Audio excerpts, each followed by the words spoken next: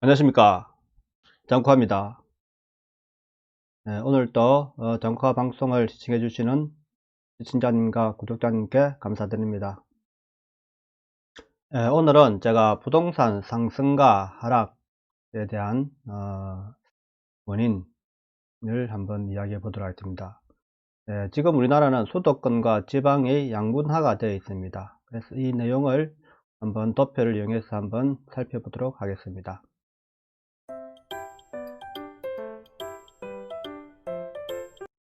제가 간략하게 한번 이유를 따져봤습니다. 부동산 상승 하락하는 이유를 한번 간략하게.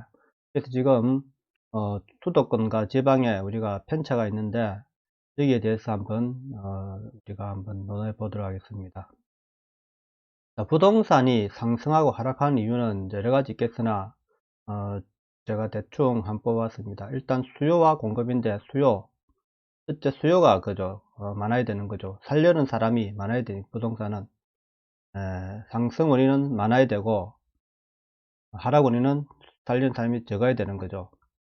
근데 지금 우리가 현재 상승을 하고 있는 것은 수요가 많다는 거죠. 왜 많은가 그죠. 자, 서울은 대기 수요가 많다는 겁니다. 자, 서울은 그죠, 수도권에 지금 나가 있는 인구들도 대부분은 서울로 들어오고 한 3분의 1은 그죠, 한 20% 정도는, 한 10% 정도는 수도권이 1000만 넘지 않습니까? 서울이 1000만 안 되고 1200, 300 되는데 여기에서 서울로 이동하려는 인구가 한 100만만 되어도 그죠, 엄청 많은 거죠. 10%만 돼도. 그래서 서울로 이동하려는 수요가 서울로 들어오려는, 서울 입성하려는 수요가 너무 많다는 거죠. 특히 이제 강남 근처로 만 어느 정도 자기가 능력만 되면은 다 들어오고 싶어 하는 거죠. 그 다음에 공급은 부족하면은 상승이 원인이 되죠. 공급. 그 다음에 공급이 풍부하면은 하락 원인이 되죠. 근데 지금 서울은 지금 계속해서 우리가 부동산 건축 규제, 그죠, 건축 규제로 인해서 계속해서 부족한 현상이죠. 그렇기 때문에 서울의 가격이라는 것은 상승할 수밖에 없는 거죠. 하지만 지방의 경우는 어떤 규제가 없죠. 자, 짓고 싶으면 얼마든지 지을 수 있습니다. 그런데 이때까지는 가격이 하락을 했기 때문에 못 짓는데 요즘은 가격이 어느 정도 상승을 하고 있기 때문에 얼마든지 지을 수 있죠. 그죠? 그래서 이것이 지역별 편차가 아주 심하다는 겁니다. 그 다음 경제 상황을 한번 보겠습니다. 경제가 좋아지면은 그죠, 상승을 하면은 부동산도 같이 따라 오르는 거고, 경제가 하락을 하면은 부동산도 따라 내려가겠죠. 그죠? 그런데 지금 우리나라는 경제가 양극화되어 있다 봅니다. 양극화가 극대화되어 있다 봅니다. 왜냐하면은 그나마 우리가 지금 경제가 돌아갈 수 있는 지역은 서울밖에 없죠. 서울 수도권, 일자리가 많은 지역, 그죠? 그런데 지방은 지금 경제가 지금 아주 침체화되고 있습니다. 그렇기 때문에 지방하고 서울의 양극화가 더 심해진다는 거죠. 그 다음 금리를 한번 보겠습니다. 금리는 하락을 하면은 부동산이 상승을 할 거고, 금리가 상승을 하면은 하락을 할 겁니다. 그럼 지금 어떤 상태냐? 계속해서 우리가 세계 경제가 어려워지니까 유동성 자금을 풀기 위해서 금리를 하락시켰죠. 하락시켰기 때문에, 하락시켰는데 이게 한계가 있단 말입니다. 우리는 기축통화국이 아니기 때문에 기축통화국에 대한 우리가 금리를 어느 정도는 고점에 잡아놔야 된단 말입니다. 그래서 항상 지금 현재는 하락 후 금리가 멈춤 상태죠. 멈춰 있는 상태죠. 지금 더 이상 내릴 수 있느냐, 금리가 내릴 수 없단 말입니다. 그럼 멈췄으면은 그럼 금리가 앞으로는 오를 거죠. 그죠? 앞으로는 지금은 멈춰 있지만 언젠가는 오를 수밖에 없다는 겁니다. 더 이상 내려가면은 우리가 경제가 몰락할 수 있기 때문에 그렇습니다. 경제가. 그다음에 인구는 인구의 증가, 그죠? 증가 감소. 인구가 증가하면은 아무래도 수요가 증가하니까, 어차피 수요가 증가하기 때문에. 근데 지금 현재 우리나라는 인구가 지금 감소하고 있지 않습니까? 인구 자체가 감소하고 있는데 그 인구가 수도권은 증가하고 있는데 지방은 감소하고 있다는 겁니다. 이게 그죠? 인구 전체는 줄고 있는데 감소하고 있는데 수도권은 증가하고 지방은 감소하고 있다는 거죠. 그렇기 때문에 수도권이 올 수밖에 없는 거죠. 그 다음에 유동자금이 풍부하냐 부족하냐에 따라서 상승과 하락의 원인인데, 유동자금이 지금은 풍부하죠. 유동자금을 풀어서라도 지금 경기가 나빠지는 것을 살리겠다는 거죠, 정부에서는. 왜냐하면은 정부에서 돈을 풀지 않으면 이 경기를 지금 못 살리겠다는 신호죠. 그래서 그만큼 급박하다는 겁니다. 경기가 전체 경제 자체가 급박하다는 거죠, 경기가. 그렇기 때문에 돈을 엄청 지금 풀 수밖에 없는 상황이라고 하는데, 근데 이것도 그죠, 잘 따져보면은 무작정 풀면 안 되죠, 그죠. 돈을 무작정 푼다고 해서 무조건 좋은 건 아니죠. 경기가 살아나는 건 아니죠. 어디에 적재적소에 잘 풀어야 되는데, 이 돈이 지금 양극화로 심화된단 말입니다. 어, 어차피 서민들은 돈을 주는 대로 다 쓸 수밖에 없죠. 하지만 부자들은 아무리 돈을 줘도 거기에 내가 생활비 바로 쓰는 게 아니고 어떤 투자 목적으로 쓰이죠. 그죠? 그러니까 중상층 이하는 돈을 줘도 소비는 똑같단 말입니다. 똑같은데 소비가 늘어나는 게 아니다 말입니다. 어차피 지금 우리가 현재 우리나라에 그만큼 이게 못 먹고 뭐 이런 사람은 거의 없단 말입니다. 그래서 우리가 지금 꼭 필요한 이런 복지 자금이 진짜 못 먹고 살기 어려운 사람들, 이런 사람들은 돈을 주면은 우리가 복지 정책에서 정부에서 지원해 주면은 그 소비는 다 100% 일어나겠죠. 그죠? 그렇지만 어느 정도 수준 이상인 사람들은 소비가 그대로 있단 말입니다. 그래서 이 돈은 다른 데로 집중된단 말입니다. 정부에서 주로 이래 하는 거는 그 돈이 서민들한테만 가지 않는단 말입니다. 이게 전부 다 그게 또 다시 부자들한테로 돈이 집중화된단 말입니다. 그래서 양극화가, 돈을 풀면 풀수록 양극화가 더 심해진다는 겁니다. 자, 우리가 복지정책을 자금 준다 해서 그 돈이 부동산으로 서민들이 부동산을 살 수 있느냐? 못 사지 않습니까? 그렇지만 그 돈이 모이면은, 부자들한테 모이면은 이것이 부동산이나 이런 투기 상품으로, 투기 자금으로 할 수밖에 없는 거죠. 그래서 투기 자금이 지금 늘어날 수밖에 없는 겁니다, 이게. 그 다음, 경기 상황이죠, 경기. 실물 경기죠, 실물 경기. 실물 경기가 활발하냐, 주춤하냐, 그죠? 안 좋으냐, 좋으냐, 안 좋으냐, 지금 좋으냐, 안 좋으냐.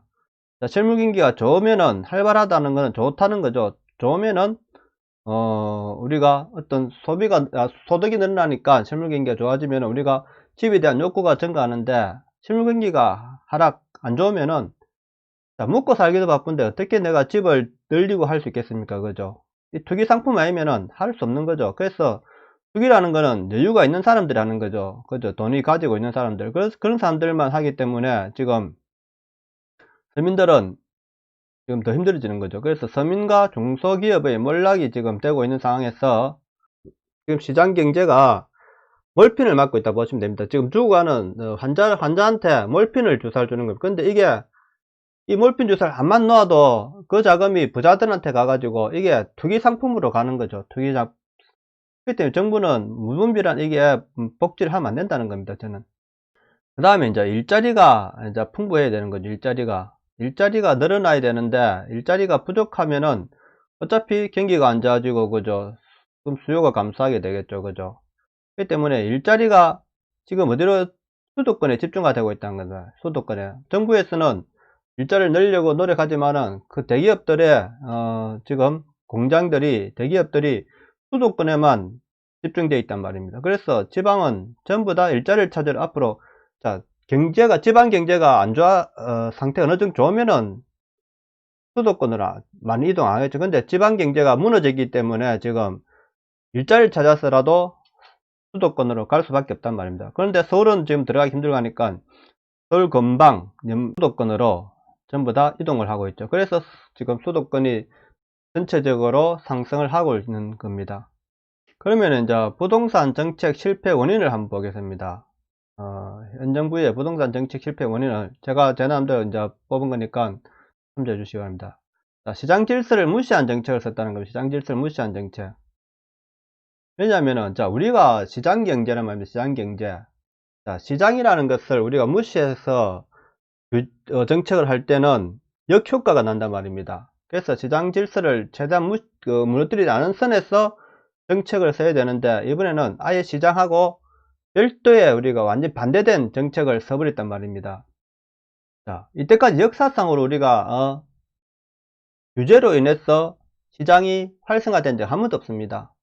시장이 좋아진 적은, 결국 규제라는 것은 하면 할수록 양극화가 심해지는 겁니다. 그래서 결국에는 최종적으로 살아남는 사람은 최고 부자, 초부자, 그죠? 초초갑부, 초부자, 그죠? 그 다음에 서민들이 갈수록 늘어나는 거죠. 예를 들면, 시장 질서를 무시한 정책을 잘못 쓰면은 이만큼 지금 부동산처럼, 우리나라 부동산처럼 이래 역효과가 아주 심해진다는 거죠. 갈수록 더 심해진다는 것입니다. 그 다음 규제 일변도의 부동산 정책이라면 규제 일변도. 자, 규제를 할 때도 우리가 어떤 숨통을 트여준단 말입니다. 규제를 벗어날 수 있는, 자, 우리가 다주택자를 잡기 위해서 지금 처음에 규제를 했지 않습니까? 그죠? 다주택자. 그럼 다주택자가 집을 내놓을 수 있는 정책을 해야 되는데, 오로지 그것보다는 부동산 가격을 올려놓으니까, 잘못했어. 정책을 부동산 가격 올려놓으니까, 자, 없던 수요도 지금 더 생겨버렸단 말입니다.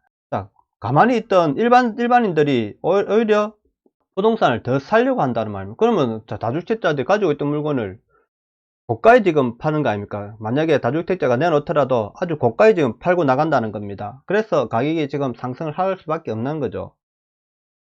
이 규제 일변도의 부동산 정책을 쓰는 것보다 잘못 쓰면은 이렇게 오히려 집값 상승의 원인이 되는 거죠. 지역에 한해서, 부자 지역에 한해서. 근데 이런 거를 아예 안 썼으면 이렇게 우리가 전체적으로 완만하게 상승을 하든가 완만하게 하락을 할 건데, 지금은 초상승과 초하락, 그죠? 이렇게 된단 말입니다. 그 다음 정부 운영자들이 사회주의 이념의 추종자들이라는 겁니다. 지금 현재 정부 운영자들이 우리나라를 지금 사회주의를 실험하고 있단 말입니다. 사회주의를 했을 때 자기들 정치적 이득이 된다는 신념을 갖고 있죠. 그래서 복지, 자, 서민들의 복지를 많이 주면 줄수록 자기들한테 표를 많이 줄 거다는, 자, 이런, 자기들은 말로는 이제는 서민들을 위한 정책을 한다, 그죠? 못 가진 자를 위한 정책을 하는데 실제 시장은 반대로 움직이죠. 오히려 서민들은 더 힘들어졌단 말입니다. 이것이 자본주의 시장에서 시장 질서를 무시한 정책을 했을 때 이렇게 된다는 겁니다. 그럼 사회주의의 마지막 끝은 무엇인가 하면은 서민층의 대거 양성입니다. 사회주의의 결말은 서민층의 대거 양성이고, 그래서 서민층이 많아지면은 또 사회주의 정책을 추종할 수밖에 없는 겁니다. 왜냐하면은 정부에서 돈을 무상으로 준다는 정책하고 시장 경제를 살려서 여러분들이 노력한 만큼 가져갈 수 있다라는, 열심히 한 만큼 가져갈 수 있다는 자본주의 정책하고는 맞지가 않는 거죠. 그죠? 그러면은, 자, 서민층이 많아질수록 정부에 손을 벌리게 되죠. 그래서 우리가 개인이 혼자 자립을 할 수 없을 때는 정부에서 주는 콩고물이라도 받아 먹으려는 사람들이 많아지면은 이것이 습관화되어 버리면은 사회주의가 성공할 수밖에 없는 거죠. 그러면은 국민은 힘들어지죠. 더. 그래서 부자들은 이 땅을 떠나게 되고, 그래서 결국은 사회주의 국가들은 몰락을 하게 됩니다. 빈민국가로 빈민국가로 갈 수밖에 없는 거죠. 그래서 우리가 무분별한 복지, 이 무분별한 복지도 선별적 복지를 해야 되는데, 무분별한 복지가 지금 우리나라에 지금 대두가 큰 대두가 있잖아요. 그죠? 기본소득. 자, 기본소득이라는 것을 잘못 이해하면, 이 기본소득, 자, 매월 30만원씩 준다. 그죠? 30만원씩. 이게 과연 내가 노력해서 30만원을 버는 사람이 더 좋을까요? 국가에서 30만 주는 이 복지로 살아가는 사람들이 많아지는 게 좋겠습니까? 결코 이 무분별한 복지는 경제를 갉아먹는 악의 근원이 되는 겁니다. 왜냐하면, 자, 정부에서, 그죠, 세금이, 우리가 어떤 자원이 풍부해 갖고 석유 산업이 우리가 발달됐거나 어떤 국민이 노동을 안 해도 들어오는 세금이 풍부하다면은 하면 되죠. 그죠? 기본소득을. 근데 우리는 국민의 경제주체가 돼서 노동을 할 때만이 이 세금이 들어오는 구조란 말입니다. 우리는 자원이 부족하고, 오로지 개인의, 국민의 노동에 의해서만 이게 자원이 생기는 거 아닙니까? 그죠? 그렇기 때문에 우리나라는 이 무상복지를 해서는 안 되는 나라입니다. 함부로. 예?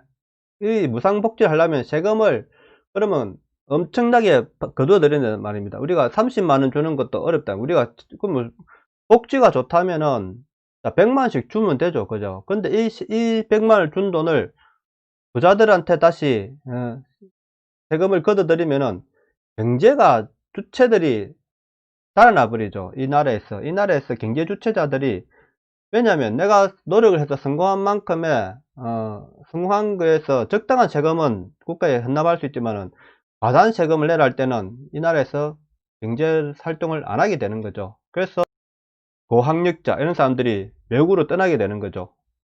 기술자 이런 사람들이. 그래서 그 나라의 경제는 무너지게 되어 있는 겁니다. 그 다음에 중상층이 몰려가고 있다는 건, 중상층이.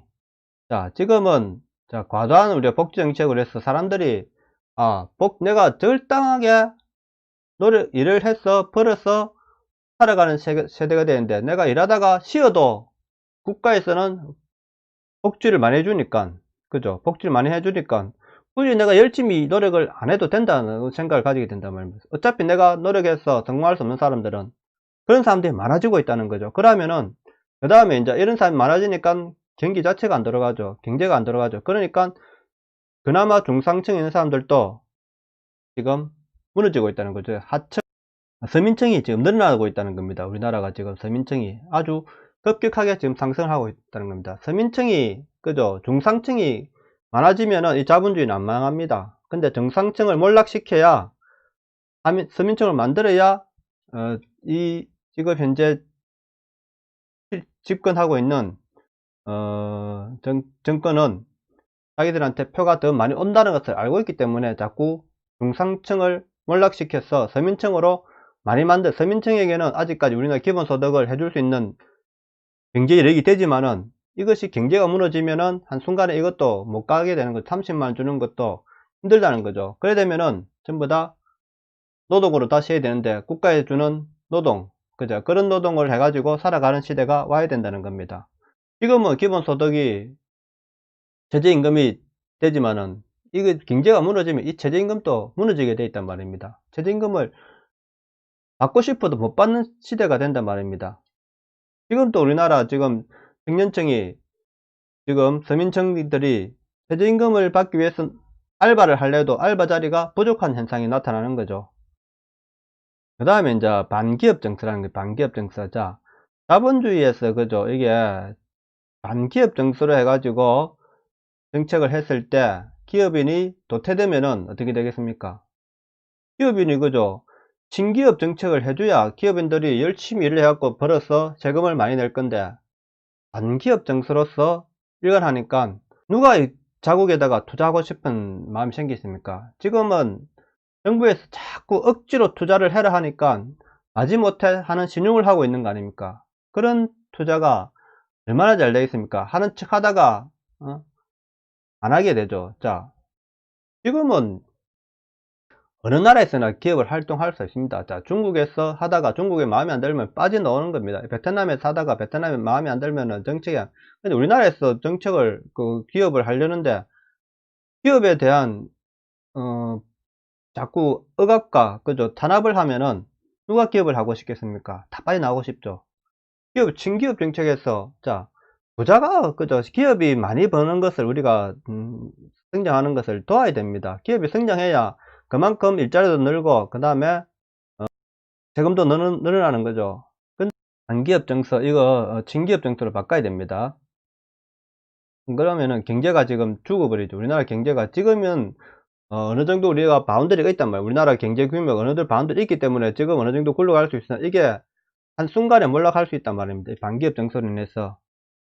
그 다음에 제가 마지막에 하고 싶은 말은, 정치 추종자들이 파쇼즘으로 지금 가고 있다는 겁니다. 우리나라 지금 정권 잡은 이 추종자들이죠. 이런 사람들이 거의 파쇼즘으로 지금 사리 분별을 안 하고, 자, 국민이라는 것은 어떤 정부가 들어와도 이게 사리 판단을 하고 지지를 할 건지 말 건지를 정해야 되는 겁니다. 근데 우리가 오로지 어떤 일을 저질러도 그쪽은 잘못하지 않다. 그죠? 이거는 완전 파쇼즘이죠. 자, 우리가 사실도 인정하지 않고, 자, 죄를 저질렀는데도 죄를 인정하지 않는, 그죠? 범죄를 저질렀는데도 인정하지 않고, 잘못을 하고 있는데 잘못을 하지 않는, 그것은 그런 추종자들이 많기 때문에 그렇습니다. 물론 극좌파들이 지금은 이런 파쇼즘이 더 많은 거죠. 왜냐하면은 자본주의 시장에서 공산주의 세력이 몰락했다 아닙니까? 그죠? 러시아가 무너진. 근데 다시 중국이라는 공산주의 세력이 크게 부상하면서 이런 공산주의 세력들이 지금 늘어나는 거죠. 그래서 이 파쇼즘이라고 볼 수 있는 거죠. 이런 정치를 추종하는 사람들은 파쇼즘이라고 볼 수 있는 거죠. 그래서 지금 우리나라 정책은, 부동산 정책은 계속해서 서울은 상승할 수밖에 없고, 근데 수도권은 땅이 강하랍니다. 수도권은 땅이 강하기 때문에 수도권은 선택을 잘해야 됩니다. 제가 그죠, 이 수도권하고 지금 우리는 제가 계속해서 수도권은